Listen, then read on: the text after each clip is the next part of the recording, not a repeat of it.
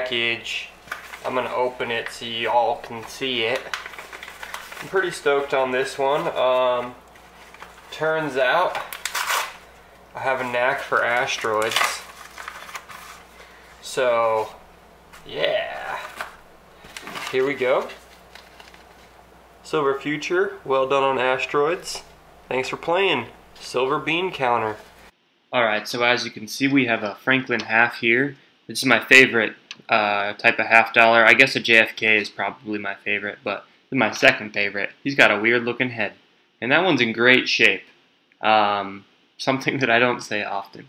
So then here is a Mercury dime that I also won. This was for Asteroids 1, both of these. And this Mercury dime's also in incredible shape, so thank you so much. I really do appreciate it. This will help me on my quest to $140 face of junk silver.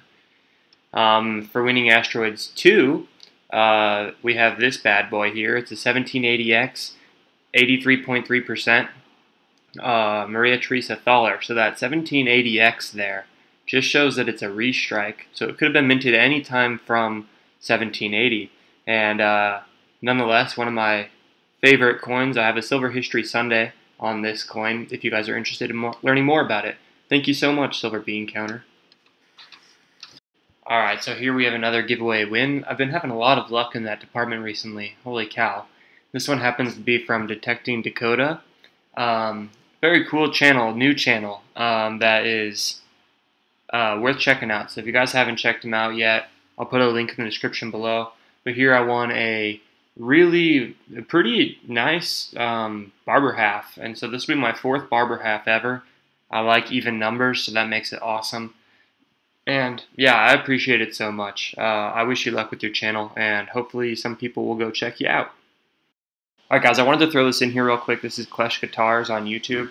As you can see, surpassed 1,000 subs, and he has a giveaway going on. Now, this is a Bitcoin giveaway. I know that a lot of the silver fans out there are also crypto fans, so I wanted to let you guys know that this was happening if you were interested. So yeah, anyways, I'll put a video or a link to his video down below, and you guys should take part.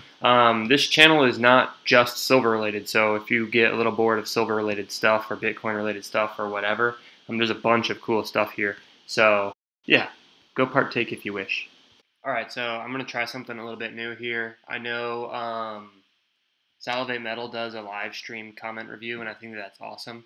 Mostly because I think that I respond to every comment. I may be a day or two late or something, but I will respond, and I do respond to every single comment. And it kind of, I feel like I answer a lot of the same questions over and over again, especially really good questions. At the end of every video, I'm going to pick a really good question from one of my videos, a recent video, and I'm just going to talk you through my explanation, and maybe eventually we'll have answered all of the really good questions, you know, because there's only so many really good questions. And so here today we have the Dean of Death. He wants to know what the difference between a coin collector and a stacker is, and he wants to know why some 1-ounce coins cost more than other 1-ounce coins, considering they're both 1-ounce coins. So here's my quick answer. My answer is that there's variation in order to keep the collector's market entertained. Now, everybody knows that an ounce is an ounce. So if silver went to the moon, your ounce would still be worth an ounce, right?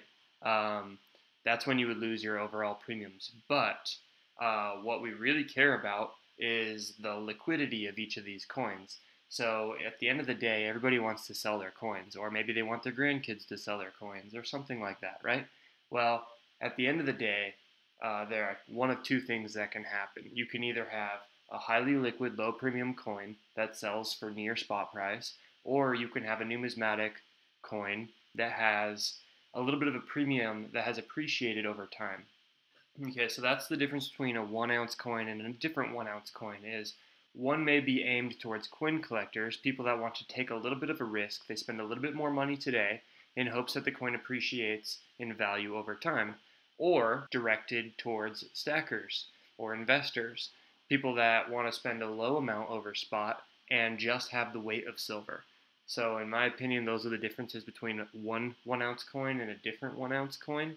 Obviously there's some recognizability that occurs, but mostly it has to do with the liquidity, or how easy it'll be to sell in the future. Now, the difference between a stacker and a coin collector is exactly that. A stacker is probably more interested in weight, and a coin collector is more interested in appreciating numismatic values. So basically in my video I had laid out a bunch of low premium bullion coins or generic rounds, and I had lined them up like this, and these are in an order of losing the least amount of money to losing the most amount of money if you were to buy and sell immediately. So Terry had asked the question, what exactly do you mean? What's your conclusion? And I don't really have a conclusion to the video other than saying that on any given day, the relative liquidity of each of these coins could vary. And at the end of the day, liquidity is what matters. So if a large retailer like AppMax, JM Bullion, or Provident Metals is willing to take a smaller margin on a coin, meaning they'll sell it to you for cheaper and buy it back at a higher price, they're taking a smaller amount of profit every time they do that, then they must be flipping that coin more often, and therefore that coin must be more liquid. So that's all I was really trying to say, is that you could use something like this to rate the liquidity of various coins or generic rounds. Now, if you really wanted my opinion, I was trying to not give any opinions, but if you wanted my conclusion, my honest opinion, it would be that things on the top row here are the better buy, and they're the better buy in not only the short term, but also in the middle to long term, because in the long term you could acquire more of these by spending less over spot, therefore getting more ounces, and in the short term you're also losing the least amount of money because the liquidity is higher and therefore the margin is lower. As for the things on the bottom, by no means does that mean you shouldn't stack them. They just have other things going for them. Generally, I would imagine that most investors, stackers, collectors like myself have the same-ish sort of thought process, and therefore the bottom row coins may be purchased on a less frequent basis. And if they are actually purchased on a less frequent basis, then their numbers will decrease every year, or whatnot. So you could actually end up generating a premium on these older coins as time goes on. So in the long term, this bottom row could very well pay off just as well as the top row, but the top row just is more liquid. So that's kind of what I was getting at, Terry. I hope that helps, and let me know if this annoys you in my videos, but I'll probably be answering 1 or 2 questions every video from now on, just to share some thoughts that are going on in the community and some questions some people may have.